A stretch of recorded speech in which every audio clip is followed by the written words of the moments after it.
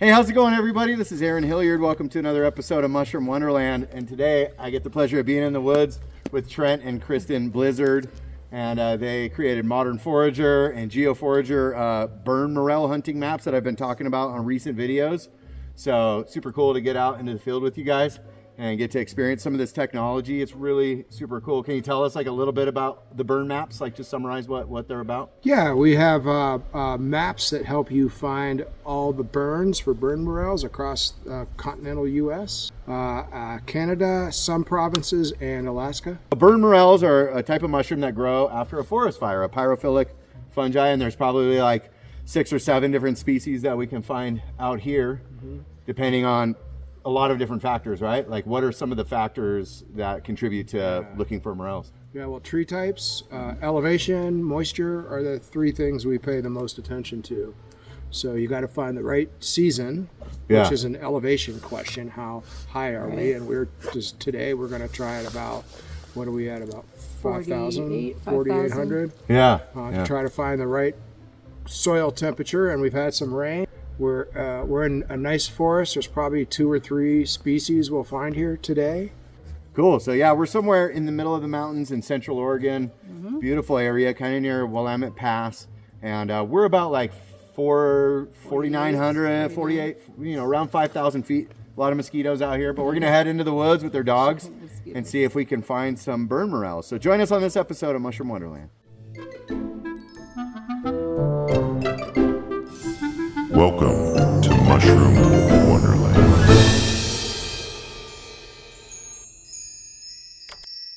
You are also the president of the North American Mycological Association. Yes, I'm the president, and Kristen is the web admin. Web admin. So you guys are in service for the largest mycological society in North America, right? Yeah. For amateur mycologists. Yes. And then there's a professional, what is that one? That's the Mycological Society of America. Okay, MSA, and that's for more academic mycology. Yes. And N.A.M.A is huge. It's kind of like the umbrella club over all these small clubs. Like I'm a member of KPMS, which is affiliated with N.A.M.A. So if you're not a member of one of these clubs, you can be a N.A.M.A. member for like $25 a month, and you get to watch, or a year. A year, and you get to watch all these like webinars and get to Go to the annual forays. The annual forays. Yeah.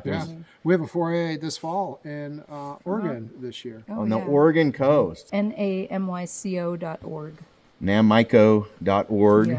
Yeah, and it's awesome to be a member of. I get so much information, like the email newsletters and things like that. And so, how did you happen to become president of N.A.M.A? I don't know. That's a great question. I couldn't tell you exactly. Somebody asked, I guess, and I was like, sure. Yeah. That sounds like fun. And it is. We like it because so many of our friends are part of that organization, and so many of our friends are mushroom hunters, and really they're our people. Yeah. So it's a really nice community of folks and all over the United States. Yeah. You kind of get into it because of the mushrooms, but I think you really enjoy it and stick with it because of the people. Yeah. Totally. It's funny. People are like, you drove that far for mushrooms? I'm like, no. Mushrooms are like the smallest denominator on what I'm doing. I'm connecting, I'm outdoors, I'm camping, I'm hiking, I'm exercising, there's so much more to it than just mushrooms, right? Like you don't even eat morels, right? No, I can't. I'm allergic to them. Yeah, and so I don't really eat chanterelles, but it's still, they're fascinating and they're fun to hunt. We're gonna head into the woods now, and we're gonna get some awesome tips and just kind of hang out with Trent and Kristen and the dogs and myself. So come with us into the forest and let's go see if we can find some morels. So the way that we found this fire in the first place and decided to meet up here was by looking at the Geoforager app in Central Oregon for an accessible burn that had roads nearby, that wasn't too far off the beaten path, that looked like it had the right elevation, tree type, it just looked like a good morel burn. So that's where we decided to meet up and head out into the woods. We drove up the dirt roads till we were at about 4,800 feet and we decided to head into the forest. Looks like the perfect fire intensity, huh? With all the needles. And Trent spotted our first mushroom. It looks like, wow, that's a big chunky exuberance, it looks like. A big pickle. Still good. Do you see some more old guys in there, up there too, Kristen? Oh, because I see there's a few in here. Okay, yeah, some dried up. Yeah. Okay. Not an exuberance. No, yeah, this one's just So we got like 2 species right here. nice. Yeah, that's just the commercial pickers just call them conicas or blacks. Look at this. Trent spots another one. Looks like a nice.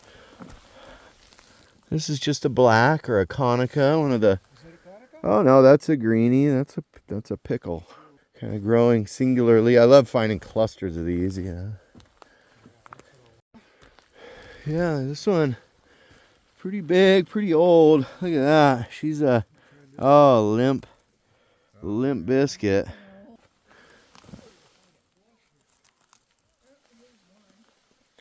Here's a couple. Here's 3.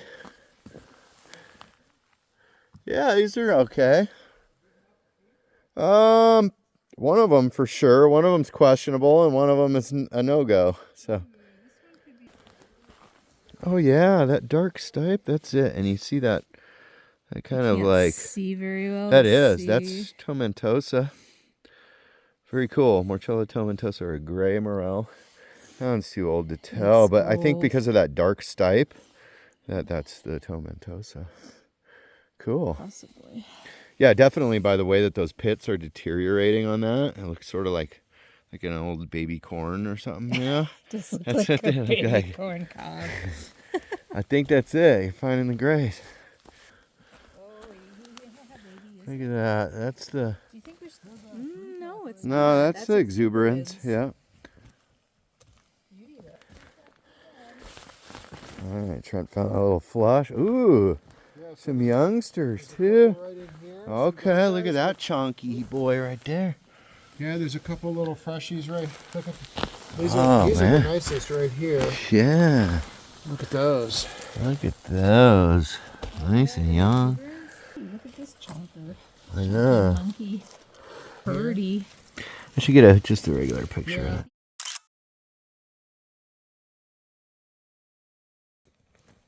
They do feel. They are older. It's got a maggot in it. Ooh. Are you into the extra protein thing or not so much? No, me neither. Definitely not. No. I am I'm pretty picky about worms in my mushrooms. super picky. Yeah. Yeah, there's some people who are like, it's fine. More protein. I'm like, yeah, it probably is, but I'm good. The tiny bacon movement. Trent over here looks like he came into another nice flush. There's a couple. Look at that. Yeah. Here. So what do you think? This is the right elevation, or would you say because of this big one, maybe we're a little, wow, it feels really firm actually. Yeah, I would be inclined to maybe, I don't know. No, I don't think we're quite right. But it's been so dry. Some nice young ones. Wow, here we go. All right, so Trent's took us to the right spot, looking at these burn maps, and just picked a random fire here in the central Oregon Cascades. And These are older, they've already popped. look at the color of this little guy. Pretty. What do you do with all your morels? You try to eat them fresh, you dry them and save Dry them? them and hoard them. Hoard them? I don't eat them, so. First, I poop and I puke incessantly. Oh, I yeah. don't know whether to kneel in front of the toilet or sit on it. Oh, okay, that's not Look at all fun. these- Look at how pretty that one is. That is a very good looking. Wow. You like blondes, don't you?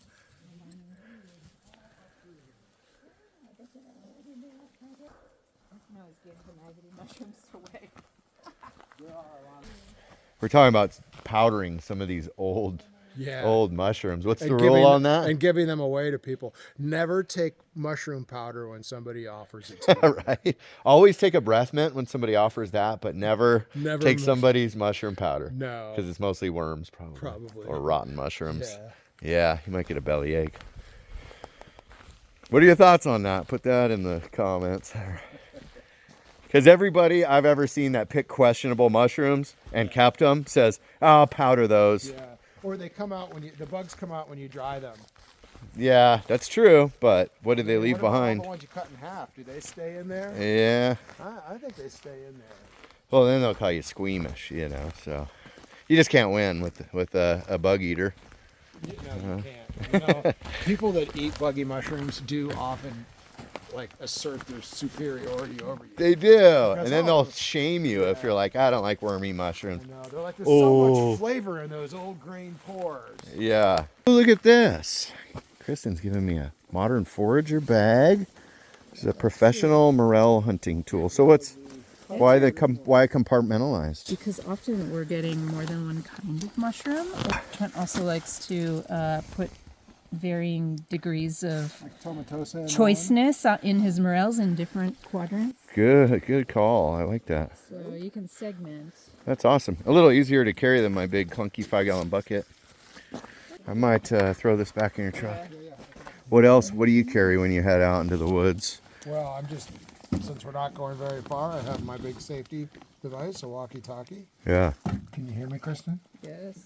Nice. I got a goo. Okay. Little energy packet. I got a really light little raincoat. And I got an extra bag. Do you have dog Nice. treats? And I have dog treats. And a knife. Yeah, you carry a knife. What's your take on cut or pluck? Knife. I do either or, but my knife is like fast action. Yeah. Oh, look, So, it's got a morel in case they're on running, it. I can catch them I'm a plucker. Yeah. And a little brush. And then pinch. in a brush. Pluck and pinch Plunk and and throw pinch. the base somewhere. Yeah. Yeah. I kind of like that way too. Yep. But I think, I kind do of you- try what do to you treat them like really like special produce. And so the whole pinching can kind of bruise them and get a little rough on them. So the pristine cut and gently set. I will go back and cut, so it has a nice. Yeah, bottom. pretty them up. A lot of people would be like, you're losing material. Yeah. You know, a lot of people don't like these stipes.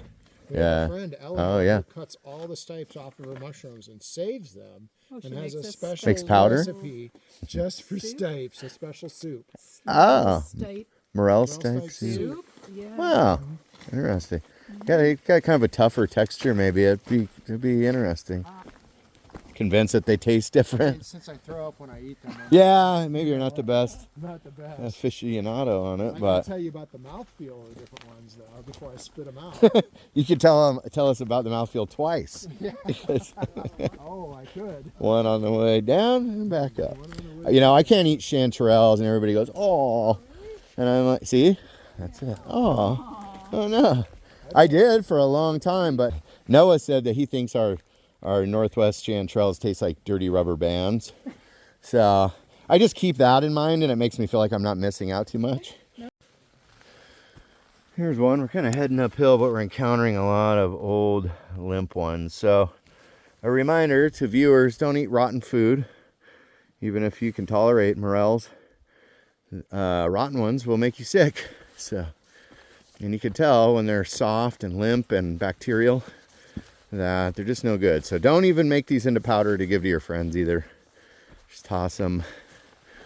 I know some people get so excited to find a morel and then it's like past its prime, but they'll overlook that fact and get sick. Nice little cluster. Oftentimes they'll grow like this, kind of in a little cluster. And whenever you get down to pick your morels, make sure to look around because I see more down there.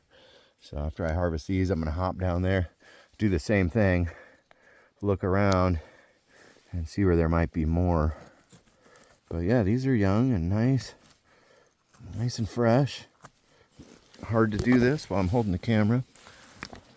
More and more. So from this vantage point, I'm going to look around again and hopefully just hop from patch to patch. This is a great morel picking kind of habitat because of the lack of elevation gain. It's like super easy to walk through here, which a lot of times these burns get into some steep stuff. And so does this look good to you right out here? Yeah, it does. You like the needles kind of still hanging on the trees, a lot of that red needle? I like all the shade. I like the needles on the ground. Yeah. And the mushrooms are pretty telltale. Yeah, but I think this looks nice. yeah. Yeah, when you look at all those factors, like how steep or navigable it is, the tree species, the moisture level, and even though it's wet today, it could have been dry for weeks, right? It just started raining yesterday. I know, I see that big chunk right there. Sticking out. And that's what I do. I usually walk fast and I scan in the distance and I'm looking for flushes, maybe maybe I'm okay walking by. There's quite a few right here. Uh-huh. I'm okay walking by a couple mushrooms to find a place where I can pick a whole bunch. All right. So you move pretty quick, huh? Some people walk super slow. Yeah. Yeah. These kind of, yep. These kind of move real quick until I find flushes. Yeah, looking for flags, right? Like bigger mushrooms that are kind of standing. Looking in the distance. Totally. That's what I was just saying back here. When I lean down to pick some, I'll scan around, and it seems like when I'm closer to the ground, I can see that profile a little better. Yeah, when you kneel down like this, you see a lot that you miss. Yeah. Standing up high. Oh no, she's getting so dirty. Yeah.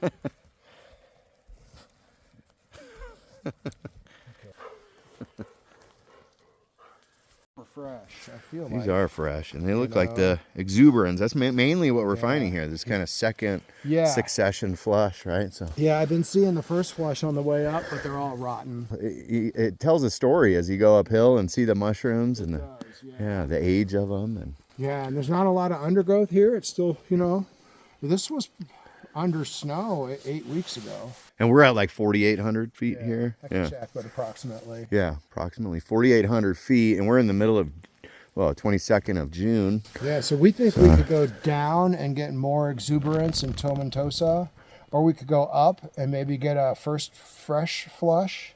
This fire is going to pick well for the next week or two with all this rain in here. Right. And just fresh ones starting up. I don't know whether I was going to tell people where we were at, but now I don't know if I want to. I wouldn't expect to come back here next year. And like, what do you think about second year burns? If I was driving by one, I would check it out. Yeah. Have you ever had good luck in a second year burn? Yeah, we have found them in second and third year burns. Okay. But, usually we focus on the first year burn. One's convenient, we like to hit it. But the other thing about this fire is it's right on the kind of the crest of the Cascades. So, we're, I think, on the eastern side of the Cascades, or the western side of the Cascades, but we're real close to the eastern side. And this forest is starting to feel like it's turning into the eastern side without saying what burn we're in. There's so many burns in Oregon, though.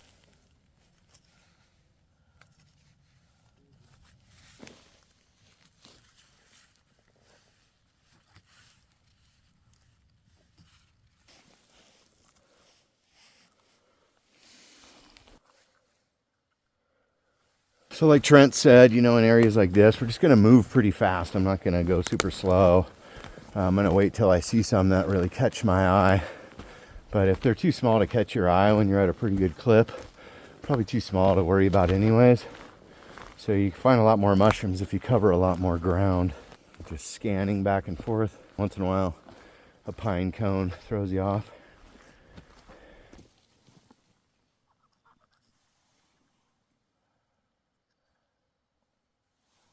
Yeah. Oh, yeah. There's a lot of. So you guys are really have faith in your app. You guys are on the burn maps constantly. Constantly. Yeah. Yeah. Yeah. You can see these. Look, you can see where we are right here. Oh yeah. And we're at about 48. And this is the road, so we parked right in here. Yeah. But if you follow this a little bit around here, look over here at this like flat. Oh, man, yeah. That's at higher 59. Wow, that's pretty high. Super steep down here, but like oh my gosh, look, there's two that are flipped over. Did one of you guys do this? Maybe. They look good. No. Yeah, these are in good shape, but they're just uprooted and laying on their side.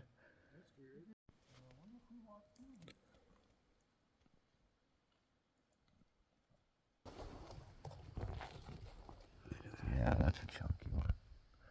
Beautiful. That's what we want, a whole bucket full of those. Still, I'm going to guess an exuberance? Yeah, I think so. Yeah. It's a pretty one, though. There's a lot of the exuberance. Smells good. Yeah. Sometimes where there's grass and green ground cover like that, it's a good indicator that there's a lot of moisture in the soil right here. So these are definitely spots that I like to poke around in. Yeah, a little snowy. I don't know. That looks like maybe 800, 1,000 feet up. yeah, that's what I'm thinking. This lack of rain, it doesn't matter when all that snow is melting, yeah? Yeah, up there, the mushrooms will, in a month, could be good right up there. Yeah. Depending. What's the latest you ever pick burn morels? Oh, we've picked them August 13th Yeah, but people have picked them into September. into September. And you start, yeah, you got morels and Boleta sedulus in the same basket. That's pretty crazy. Yeah, morels and Yeah, we had a boletes. Chanterelles and morels in the We same have day. matsutake in the same basket. Oh man. Burn morels, boletes, Natural morels. chanterelles, matsutake, Yeah. and we also found hedgehogs, lactarius, Polyzellus, polyzellus, Dang. multiplex. We had a crazy Cool. One It's just a day. little bit of everything, though. That'd be a cool picture of that basket. It's kind of rare to have chanterelles and morels in the same basket. You know? It is, or chanterelles and rubriceps, you know. Yeah, The- that's in the rubies Colorado are- bolete. Yeah. Yeah, it's not a spring bolete, it's a fall bolete. Right. Yeah, Britt was saying out if the timing is right out in Telluride that he'll find morels and porcini in the same day, and I'm like, oh man. All right, so we kind of scouted that spot. I don't know, what do you say, 45 minutes or so? We were out there, and wow, Kristen did good, way better than me. She's got 2 compartments filled up. Trent has an adorable basket. Isn't that cute? Filling up pretty good, and I got, I don't know, 1.5 pounds, maybe 2 pounds worth.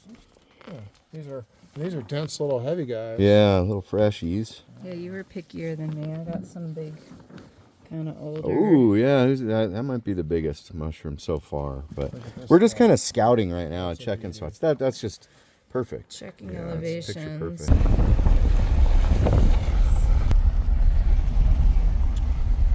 Yeah. I just got up to the snow. I just got service on my phone. A bunch of messages just came in. 55, so this is fresh snow. This is not snow bad, it's just arrived. Oh, you're right about that. Snowed on the summer solstice up here, up above 5,000 feet in the Cascades. So this is kind of cool. Yeah, this is a Yeah. This is a big burn. How many acres is this? Over 11,000. 11,000 acres. Holy crap. We're gonna Is that the road that goes across that? Look at this. Whoa.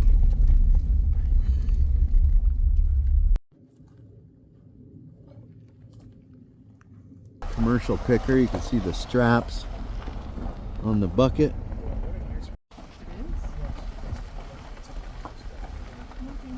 Here's a nice little cluster of just conicas. These could be Morchella, Sextillata, Eximia, or Septimulata. They're kind of synonymous. But here we are around 5,000 feet, and they're pretty firm, even a little bit old.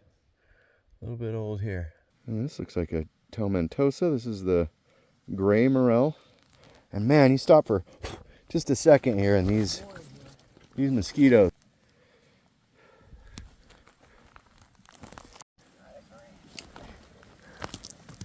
Ooh, we came into a nice little flush. There's one there. And you're loving the grays, huh? Look at that. Ooh. So it looks like exuberance, conica, and tomentosa all in one little spot. So you just found this big gray morel. Do you like these the best? These are my favorite, absolutely. Why? Because they're thick, meaty. They have kind of this double wall, Yeah. and they're beefier, Heavy duty, huh? heavy duty. They So do weigh you think more. these are more rare of burn morels? Meaty. No, I think you just have to be. They're more of toward the last flush, and Yeah. you have to be in the right kind of forest. Yeah. And they can flush like crazy, and they get really big and meaty and beefy and yummy. What about these smaller trees? Do you guys tend to have good luck in these little tiny? You know, they absolutely can be in there. It just comes down to moisture. Right. That does not have a lot of Canopy, huh? needle. Yeah, so it dries out quick, huh? It's been pretty scorched in here, but they're smaller trees, so less canopy cover, less moisture retention. And I think that makes for less mushrooms. So the denser canopy, the bigger trees, just seem to have better luck. Yeah, look at that one. It's got like that reddish hue to it. It's interesting. It kind of makes me wonder if it's like a distinct species because of that coloration, but look at how big that guy is. Trent spotted this one from a ways away. Yeah, that's got some weight to it too. That's a nice one. See how many brothers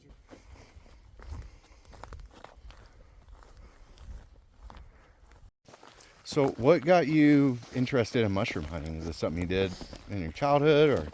We always had mushrooms, and in the Midwest, like morels were always around, and something we got occasionally. Oh yeah, you're from the Midwest originally. Yeah. Where? Wisconsin? Michigan and Michigan. Ohio. Oh, okay. Yeah. Good mushrooming out there, though. Yeah, but I didn't do much of that as a kid. Yeah. Kristen and I started doing it when we were dating, so it's really kind of baked into the DNA of our relationship. That's cool. No, Yeah. it's a good excuse to get out in the woods and connect. We fell in love with it together, Yeah, that's awesome. And so you go out every year. And did I hear that right? You moved to Oregon just for mushrooms? Yeah. Yeah, that's awesome. Yeah, we visited, and then we would come out and spend a month, and then 2 months, and then we're like, let's move here. Cool. So So every spring you're out here hunting the spots, and it's just never-ending learning process, huh? yeah, it's never ending. Yeah, I don't know how you learn it all. Look at that. Look at that greenie. That's beautiful. Morchella exuberans. They're not everywhere. That's pretty. Those are awesome. There's another one right here. Wow, let's check those out. So these are probably all exuberans, yeah. Nice. They look like it.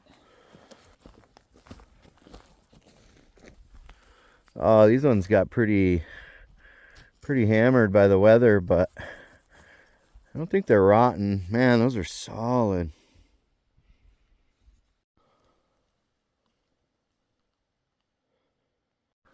So this is looking like pretty good habitat here, right?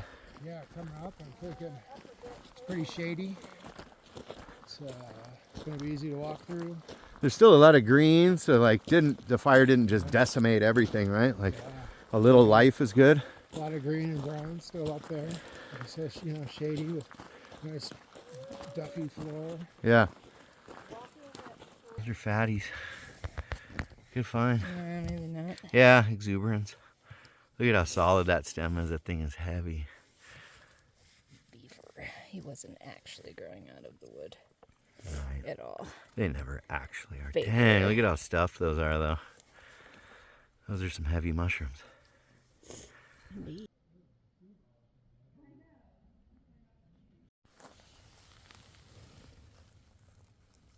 Yeah, they were kind of like in.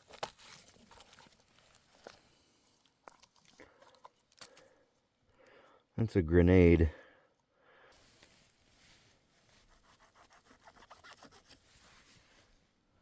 That's a tomentosa. That's a gray morel. See how dark the stipe is here? And you can see how kind of like irregular these pits are. It reminds me of an old corn cob. It's a pretty mushroom.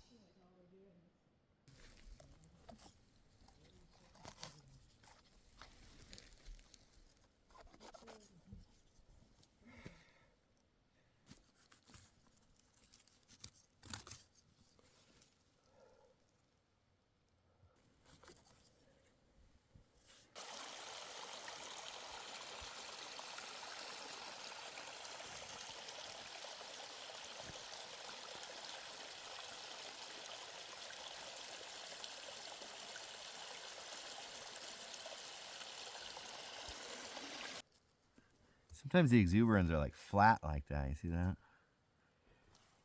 Those are beauties though.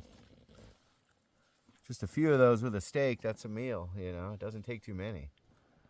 Tripping over shit. Getting a little worn out, huh? Look at that widowmaker. Crazy. Kristen.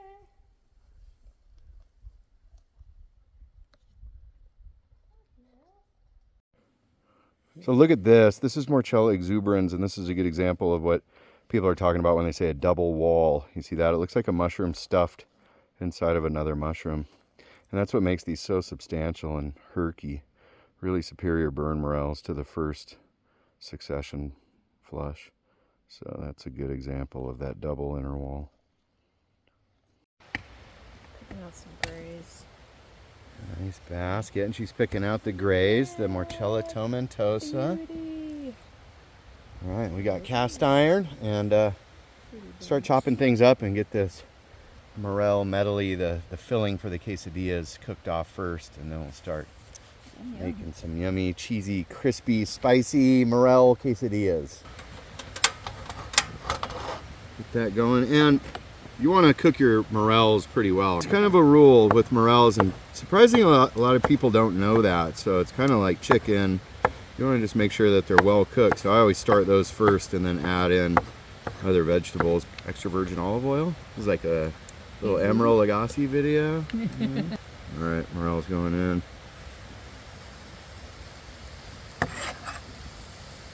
Yeah. There you go. I like garlic, and I think garlic belongs in all mushroom dishes just about. Friends who like to cook. Oh, that are camping food is the mushroom hunters, best. You know? I'm going to put the jalapenos in. Somewhere. It's out of my garden. Nice. Beautiful.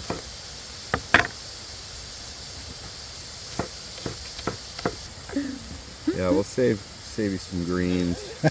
We'll just put the...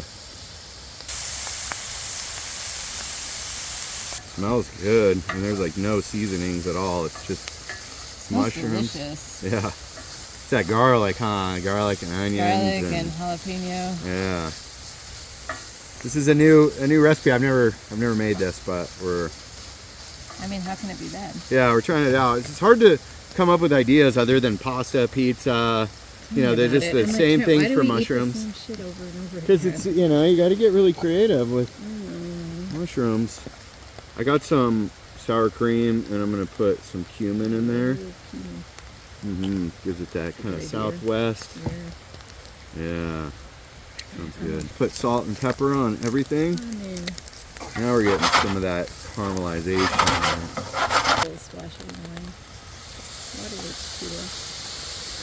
The wine juices the flavor up a little Yeah, bit. that smells so good. I'm gonna just set that aside and then put this flat grill on here for making quesadillas. The other ones I struggle a little. I can't eat it. It's sort of like a sponge. It soaks up the flavor of whatever. All right, we're gonna put the morel mixture onto this cheesy tortilla. That's gonna stick our top tortilla down. Okay, we are nice and golden. Just in a nick of time. That looks so good. Nice. So, and I was like, all right, I'm gonna try to put a video out every week. Capable, I mean. You can say a little bit. We'll just, bam, like Emeril Lagasse. We got, Kick we it got up a little- notch. Yeah. Kick it up a notch. Hopefully they're delicious. They don't look like they could be bad, and we got some cumin sour cream to like try that. All right, to a good day morel hunting. Cheers. Cheers.